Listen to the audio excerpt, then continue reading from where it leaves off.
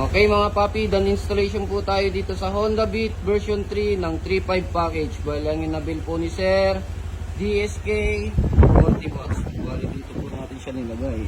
Umami po tayo ng alloy LED bracket. So ang login po nito white, high beam, yellow. Saka sa switch ni Sir, ang ginamit po natin, domino 3-way switch. Dito po natin siya nilagay. Tapos, gumamit po tayo ng stainless passing switch. Papassing nga, Sir. Low beam. Passing.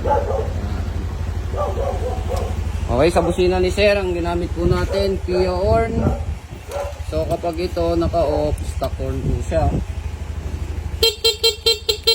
Pag nilong press po natin, mag-activate yung rapid mode. Switch sa busina, Kia horn. Sa busina ni Sir, may combo lights na po ito. Ayan. Pag nilong press din po natin, magra-rapid mode. Low beam. Rapid.